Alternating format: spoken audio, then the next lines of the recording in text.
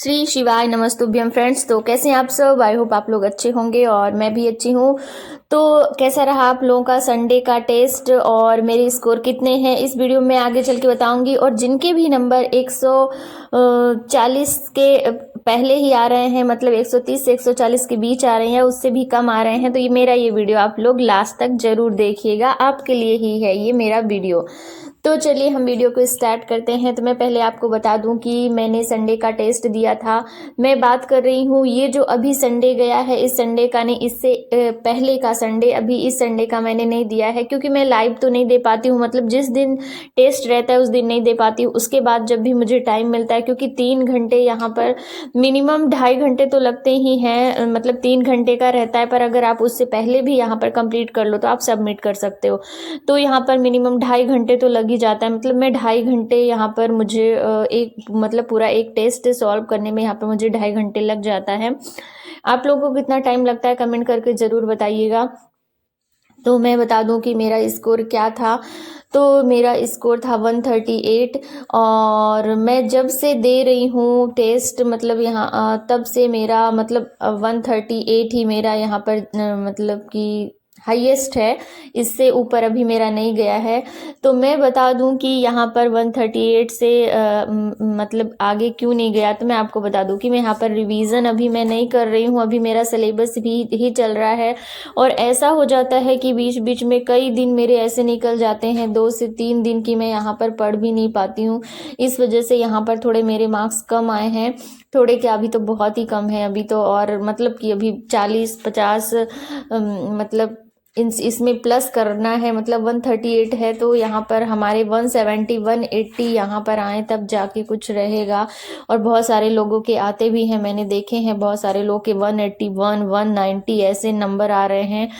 तो उन लोगों का जिनके ऐसे नंबर आ रहे हैं ना, उन लोगों ने सिलेबस पहले ही कंप्लीट कर लिया है और अब प्रॉपर तरीके से यहाँ पर वो रिवीजन कर रहे हैं, साथ ही एमसीक्यू लगा रहे हैं और फिर टेस्ट भी दे रहे हैं इस वजह से।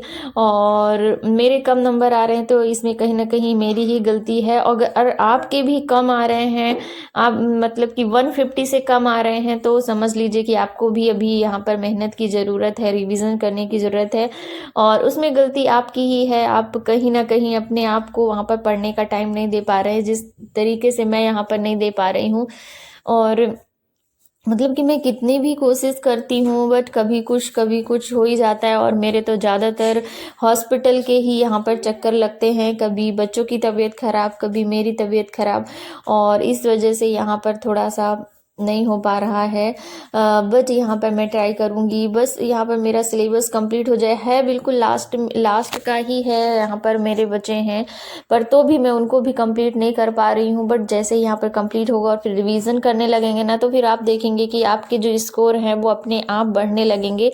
बट हाँ, आप डीमोटिवेट बिल्कुल नहीं होइएगा। अगर आपके कम नंबर भी आ रहे हैं तो कोई बात नहीं, आप उसको बढ़ाने में जोर लगाइए, ना कि डीमोटिवेशन में। क्योंकि ऐसा होता है तो मतलब कि ऐसा होता है कि जब हमारे कम मार्क्स आ जाते हैं ना टेस्ट में, तो हमें लगता है अरे लगता है नहीं हो पाएगा, क्यों ऐसा हो रहा है। बट कहीं ना कहीं अपने आप में ही गलती होती है, हम रिवीजन नहीं करते हैं प्रॉपर। जो रिवीजन नहीं करते हैं उन्हीं के कम नंबर आ रहे होंगे, और मैंने भी नहीं किया, इस वजह से मेरे भी ऐसे आ रहे हैं। मतलब प्रॉपर तरीके से मैं मतलब चारों सब्जेक्ट का, जितने सब्जेक्ट है सारे का मैं यहाँ पर रिवीजन नहीं कर पा रही हूँ। बस मैं जो यहाँ पर पढ़ती हूँ, मतलब जो क्लासेस लेती हूँ, वही जो ध्यान रहता है, बस उसी से यहाँ पर मैंने टेस्ट सॉल्व किए हैं।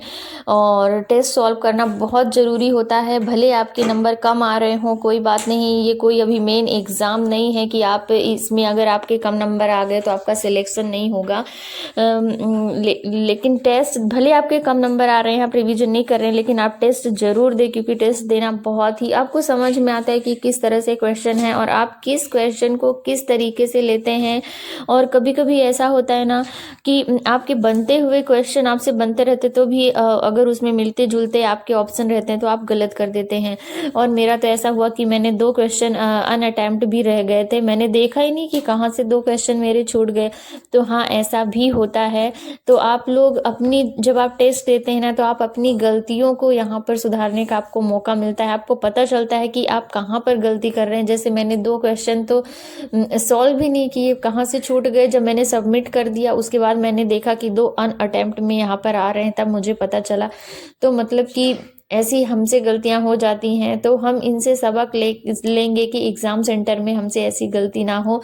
तो एक बार मतलब पूरा जब आप एग्ज़ाम सेंटर में एक बार पूरा सारा आपका सारे क्वेश्चन कंप्लीट हो जाए तो आप उसे एक बार बैक करके ज़रूर देखें कि मतलब 5 मिनट आप जब टाइम ओवर होने वाला रहे तो 5 मिनट आप टाइम ज़रूर निकालें अपना मतलब टेस्ट को चेक करने के लिए, ताकि आपके कोई भी क्वेश्चन छूटे नहीं। और ये देखिए यहाँ पर मैं आपको ICMR की यहाँ पर रिपोर्ट दिखा रही हूँ। ये जो है इससे भी क्वेश्चन आया था कि महिलाओं को आयरन की कितनी पर डे कितनी आवश्यकता होती है, ये आया था। तो यहाँ पर मैंने ये अभी मेरा कंप्लीट तो हो गया है, एक बार मैंने मतलब इसे नोट डाउन कर लिया है, बट अब मैंने रिवीजन नहीं किया है। और ये जो सारे डाटा हैं ICMR के, इनको रिवीजन करना बहुत ज़रूरी, नहीं तो आप कंफ्यूज हो जाएंगे, क्योंकि इसमें बहुत सारी चीज़ें हैं। और आप ये देख सकते हैं जैसा ये पर डे है, मतलब कि पर डे हमें कितना यहाँ पर फ्रूट्स लेना चाहिए, कितने नट्स लेना चाहिए और कितने यहाँ पर फैट्स एंड ऑयल लेना चाहिए। इस तरीके से हमें कैल्शियम का भी याद रखना है, फास्फोरस का भी याद रखना है, कितना प्रोटीन लेना है। ये सारी चीज़ें मतलब ये थोड़ा सा कंफ्यूजिंग वाला रहता है, और ये क्या मिक्स हो जाता है कि अरे वो था इतना कि वो था इतना ग्राम। जैसे आप ये देखिए, फिर ये तो यहाँ पर जो नॉन वेजिटेरियन वाला है इसको भी याद करना, यहाँ पर एक बार रीड करना ज़रूरी है, ताकि अगर वहाँ पर पूछ ले तो हमसे बन जाए। और फिर देखिए कितना calcium, magnesium, iron, zinc, iodine, protein, sodium, और इन सबको याद रखना पड़ेगा। जैसे कि यहाँ पर कैल्शियम है, ये देखिए मैन के लिए 1000 मिलीग्राम पर डे है, वुमेन के लिए भी है। और ये कैल्शियम का पूछा जाता है क्योंकि गर्भवती महिला को भी इस per day 1000 milligram per day ही है। और मतलब कि ये सारे डेटा आप देख सकते हैं यहाँ पर। ये फिर ये देखिए कैल्शियम और फास्फोरस का, तो आप यहाँ पर देख सकते हैं कि जो कैल्शियम है वो पुरुष, महिला और गर्भवती महिलाओं के लिए समान है, इसलिए ये पूछा जाता है कई बार। और स्तनपान कराने वाली महिलाओं के लिए फिर यहाँ पर चेंज है। तो हमें इतना तो मतलब याद ही करना है, जैसे महिला, पुरुष और गर्भवती महिला, स्तनपान कराने वाली महिला और शिशु, इतने मतलब कि कितने हो गए, 5 पॉइंट हो गए। 5 लोगों के लिए तो यहाँ पर हमें पर डे कौन सा माइक्रोन्यूट्रिएंट्स ज़रूरी है और कौन सा यहाँ पर खनिज मतलब जो चाहिए वो कितने हैं, और पर डे हमें कितना कैलोरी लेना चाहिए, ये सारी चीज़ें तो हमें याद रखना ही पड़ेगा। बाकी और फिर भले हम यहाँ पर मतलब ना याद करें, बट इतना तो हमें याद करना ही पड़ेगा। तो जैसे ICMR की रिपोर्ट हो गई, योजनाएं हो गई, डेट हो गए, सन हो गए, ये सारी चीज़ें ना इतने कंफ्यूजिंग होते हैं, इतना भूलते हैं कि अब क्या ही बताएं। तो इन सब का अगर आपको टेस्ट में अपने नंबर बढ़ाने, तो इन सबको बस एक ही सॉल्यूशन है कि आप एक चीज़ को कई बार पढ़ें, क्योंकि मतलब कि अलग अलग चीज़ों को पढ़ने से अच्छा है एक ही चीज़ को आप कई बार पढ़ें, तभी जा कर के यहाँ पर आपके नंबर बढ़ने वाले हैं। और ऑफ कोर्स मैं भी यही करने वाली हूँ। तो आई होप मेरे इस वीडियो से आप लोगों को कुछ सीखने को मिला होगा, कुछ मोटिवेशन मिला होगा। तो मेरे इस वीडियो को लाइक और शेयर करना बिल्कुल नहीं भूलिएगा। अगर चैनल पर पहली बार आए हैं तो सब्सक्राइब कर लीजिएगा, और साथ ही बेल आइकन को भी प्रेस कर दीजिएगा, जिससे मेरे आने वाले वीडियो का नोटिफिकेशन आपको मिल सके और आप इसी तरह से यहाँ पर महिला सुपरवाइजर से रिलेटेड यहाँ पर आप वीडियो देख सकें। वैसे मेरा ब्लॉगिंग चैनल है, बट यहाँ पर मैं अपना ये भी डालती हूँ। तो चलिए मिलते हैं नेक्स्ट वीडियो।